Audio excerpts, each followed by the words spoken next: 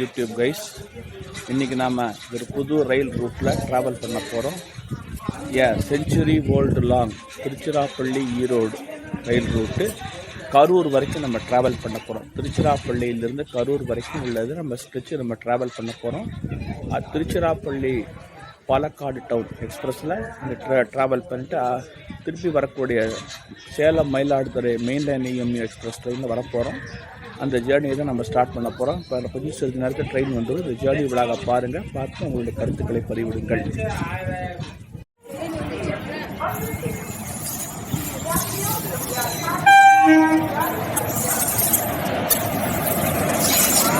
Train வந்துட்டு பாருங்கள். இதான் நம்ம போக வேண்டிய ட்ரெயின்.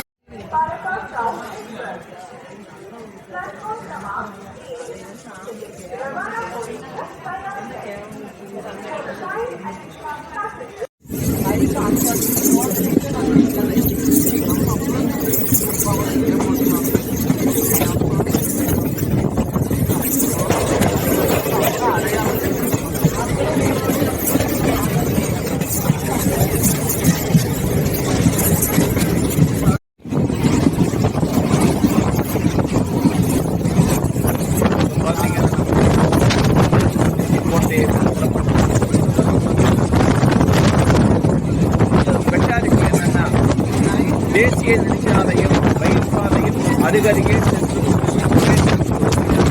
ரயிலும் அந்த மாதிரியான ஒரு அமைப்பு இது. முதல்ல மீட்டர் கேஜாக இருக்குது, அப்புறம் ப்ராட் கேஜாக, முதல்ல ப்ராட் கேஜாக இருந்தது, அப்புறம் மீட்டர் கேஜாக மாதிரி திரும்ப ப்ராட் கேஜாக மாற்றினாங்க. காட்டு பாலம் வடபுரட்டி காவேரி சரியான வடபுரட்டி ஏற்றாப்பல் இருக்கிறது தான் நம்ம திருச்சி கரூர் தேசிய நெடுஞ்சாலை. பார்த்தீங்கன்னா இந்த ட்ரெயினுடைய அடுத்ததான் இந்த ட்ரெயினை பற்றி சொல்லிடுறேன். இந்த ட்ரெயின் வந்து ஃபாஸ்ட் பேசஞ்சர் ட்ரெயின் தான் அறிமுகப்படுத்தப்பட்டது. திருச்சி கோயம்புத்தூர் இடையே கடந்த 1991ஆம் ஆண்டு ஃபாஸ்ட் பேசஞ்சர் ட்ரெயின் அறிமுகப்படுத்தப்பட்டு பின்னர் எக்ஸ்பிரஸ் ட்ரெயினாக மாற்றி கொரோனாவுக்கு பிறகு 200 கிலோமீட்டருக்கு மேலே உள்ள பேசஞ்சர் ட்ரெயினை எக்ஸ்பிரஸ் ட்ரெயினாக மாற்றணுங்கிற அரசின் கொள்கைப்படி இது வந்து எக்ஸ்பிரஸ் ட்ரெயினாக மாற்றப்பட்டு இப்பொழுது எக்ஸ்பிரஸ் ட்ரெயினாக போயிட்டு இருக்குது. எக்ஸ்பிரஸ் கார் தான் வாங்குறாங்க. திருச்சியிலிருந்து கரூருக்கு பார்த்தீங்கன்னா 45 ரூபாய், கிட்டத்தட்ட ஒரு 100 ரூபாய்க்குள்ள கோயம்புத்தூருக்கு போயிடலாம். தமிழகத்தின் பின்னலாடை நகரமான திருப்பூருக்கும் கோயம்புத்தூர் திருப்பூர் ஆகிய நகரங்களுக்கு 100 ரூபாய் கம்மியான செலவு நம்ம போயிட்டு வந்துடலாம். அளவுக்கு ஒரு மிக சிறப்பான ஒரு வண்டி, பேருந்தை விட விரைவாகவும் எளிதாகவும் செல்லலாம். பயன்படுத்திக்க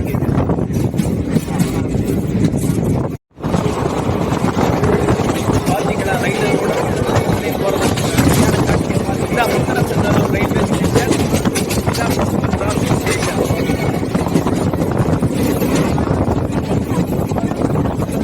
நம்ம ஏத்தாப்பல போறது தான் திருச்சிராப்பள்ளி சாலை.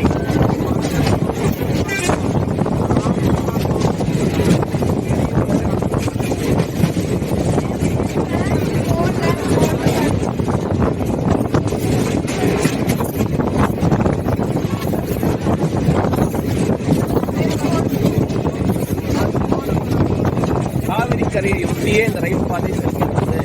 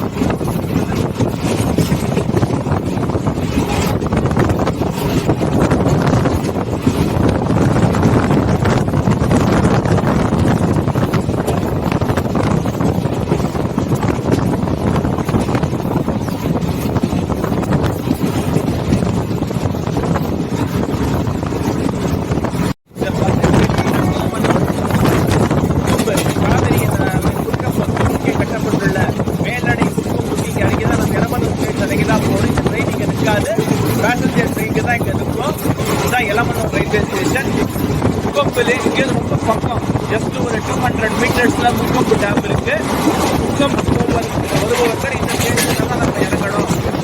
பார்த்துங்க.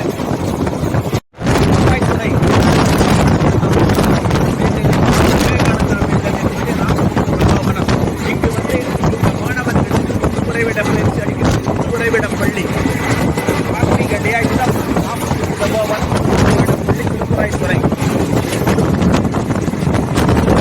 நாம நின்றுட்டு ரயில்வே ஸ்டேஷன் இதுனா பெட்டவாத்தலை தோட்ட ஸ்டேஷனுக்கு அடுத்த ஸ்டாப் பெட்டவாத்தல். இங்க ஒரு பெரிய சுகர் ஃபேக்டரி இருக்கு. இந்த கிட்டத்தட்ட அந்த சுகர் ஃபேக்டரியிலேருந்து இந்தியா முழுமைக்கும் சர்க்கரை கரும்பு பிழியப்பட்டு இந்தியா முழுமைக்கும் சர்க்கரை ஏற்றுமதி செய்யப்படுகிறது. சர்க்கரை இது பண்றாங்க, இந்த வெளிநாடுகளுக்கும் போகுது. லாரிகள் மூலமாகவும் சரக்கு ரயில்கள் மூலமாக அனுப்பப்படுகிறது.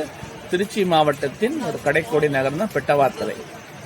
திருச்சி கரூர் மாவட்ட எல்லையாக விளங்குகின்றது. இதுதான் இந்த சுகர் ஃபேக்டரியோடைய இது பாருங்க.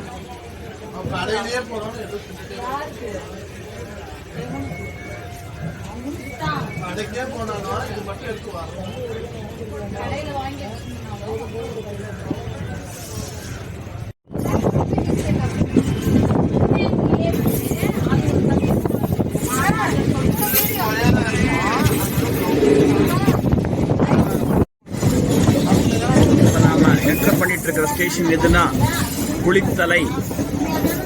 இதனுடைய இயற்பெயர் என்னன்னா குளிர் தண்டலை. குளிர் தண்டலை என்ற பெயர் நாளடைவில் மருவி குளித்தலை ஆனது. இது கரூர் மாவட்ட எல்லைக்குள்ள நம்ம வந்துட்டோம். இது எப்படின்னா சட்டமன்ற தொகுதி. இது பாத்தீங்கன்னா வடக்கு தெற்கு மாவட்டங்களுக்கிடையே வடக்கு தமிழகத்தின் வடக்கு மாவட்டங்கள், தெற்கு மாவட்டங்கள் மற்றும் மேற்கு மாவட்டங்களுக்கு இடையே இணைப்பாக இது உள்ளது. குறிப்பாக முசிறி வழியாக சேலத்திற்கும், தோகமலை வழியாக மணப்பாறை மற்றும் திண்டுக்கல்லுக்கும் போயிட்டு இருக்கு. பாத்தீங்களா, திருச்சி கரூர் இப்படியெல்லாம் இந்த வழியாகவும் போலாம். கிட்டத்தட்ட ஒரு ட்ரையாங்குலர் ஜங்ஷன்னே சொல்லலாம். அந்த இடத்த மணப்பாறை, துறையூர், கரூர், திருச்சி போன்ற இடங்களுக்கு இங்கிருந்து சாலைகள் பிரிகின்றன. பாருங்க, இது ஒரு முக்கியமான ஒரு ரயில்வே ஸ்டேஷன், கிராசிங் ஸ்டேஷன். தமிழகத்தின் வணிக நகரங்களில் ஒன்று.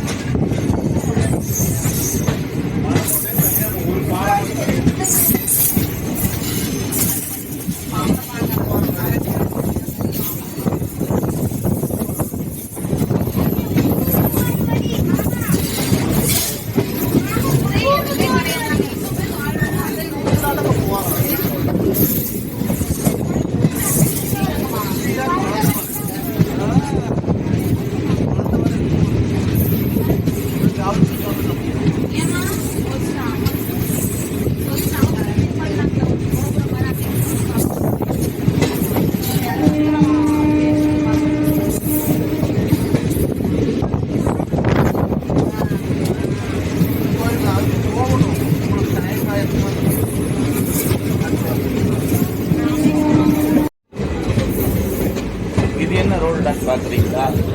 இதுதான் நம்ம பார்த்தாலே திருச்சி கரூர் தேசிய நெடுஞ்சாலை தான். இது வரைக்கும் இடது பக்கம் போயிட்டு இருந்த அந்த ரோடு வலது பக்கம் போகுது. 4 வழிச்சாலையாக மாற்றப்பட்டுள்ளது. லாலாப்பேட்டைக்கு அப்புறம் பார்த்தீங்கன்னா இந்த ரோடு 4 வழிச்சாலையாக மாற்றப்பட்டுள்ளது. இது ஒரு முக்கியமான வழித்தடம். இது பார்த்தீங்கன்னா கோயம்புத்தூர், கேரளா, பெங்களூர் போன்ற இடங்களுக்கு செல்வதற்கு இது முக்கியமான வழித்தடம்னு சொல்றாங்க. இந்த சரக்கு லாரிகள், பேருந்துகள் போன்றவை இந்த பெருமளவில் இந்த வழியாக செல்கின்றன. இப்ப நாம வந்துட்டு இருக்கிறது என்ன இடம்னா மகாதானபுரம். கரூர் மாவட்டத்தின் ஒரு முக்கியமான ஒரு நகரம் மகாதானபுரம். இந்த இடத்துல மகாதானபுரம் பேரு. இது ரொம்ப ஒரு மிகப்பெரிய ஒரு நகரம். ஒரு கிராமம் தான், அந்த நகரம் மாதிரி தான் ஆயிடுச்சு. இதுல எல்லா வசதிகளும் இருக்கு இந்த இடத்துல. பாருங்க, அதைத்தான் நான் தெரிவிட்டு இருக்கிறோம். மகாதானபுரம்.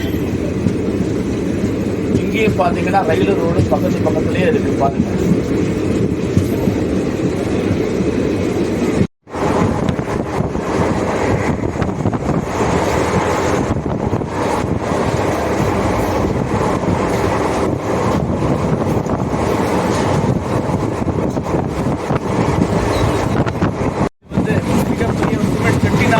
ஃபேக்டரி புலியூரில் இருக்கு. கரூர் மாவட்டத்தோட ஒரே ஒரு ஃபேக்டரி இதுதான் செட்டிநாடு சிமெண்ட். அதை தாண்டி தான் நம்ம போயிட்டு இருக்கோம். புலியூர் இடத்தை தாண்டி போயிட்டு இருக்கோம். கரூர் ரயில் நிலையத்தை நெருங்கி விட்டோம். நமக்கு ஏற்றாப்போ ஒரு லைன் வருது பார்த்தீங்களா, திண்டுக்கல்லிலிருந்து வருகிறது.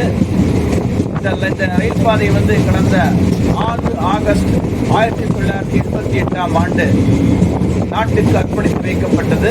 பிறகு படிப்படியாக கரூர், திண்டுக்கல், மதுரை, நெல்லை, கன்னியாகுமரி வரை நீடிக்கப்பட்டு தற்பொழுது கூடுதலாக திறக்கப்பட்டுள்ள கரூர் சேலம் ரயில் பாதை இதனோடு இணைக்கப்பட்டு விட்டதால் இது ஒரு முக்கியத்துவம் வாய்ந்த பாதையாக கருதப்படுகிறது.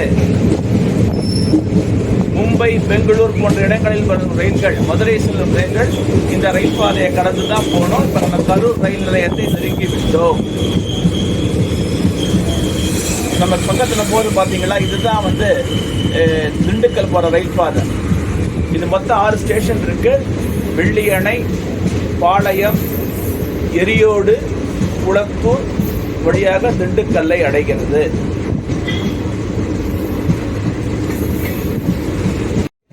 கரூர் ரயில் நிலையம் வந்து விட்டது. நாம் இறங்க வேண்டிய ரயில் நிலையம். இந்த ஜேர்னி விலாக தொடர்ந்து பாருங்க. பார்த்து இந்த ஜேர்னி விலாக ஆதரவு கொடுங்க. யூடியூப் சேனலுக்கு ஆதரவு கொடுங்க. நான் மிகவும் கஷ்டப்பட்டு இந்த வீடியோ எடுத்திருக்கிறேன். ரொம்ப எனவே ஏன்னா நிறைய பேர் இந்த ரயில் ரூட்டை பற்றி தெரியணுங்கிறதுக்காக இது ஒரு பழமை வாய்ந்த ரயில் வழித்தடம்.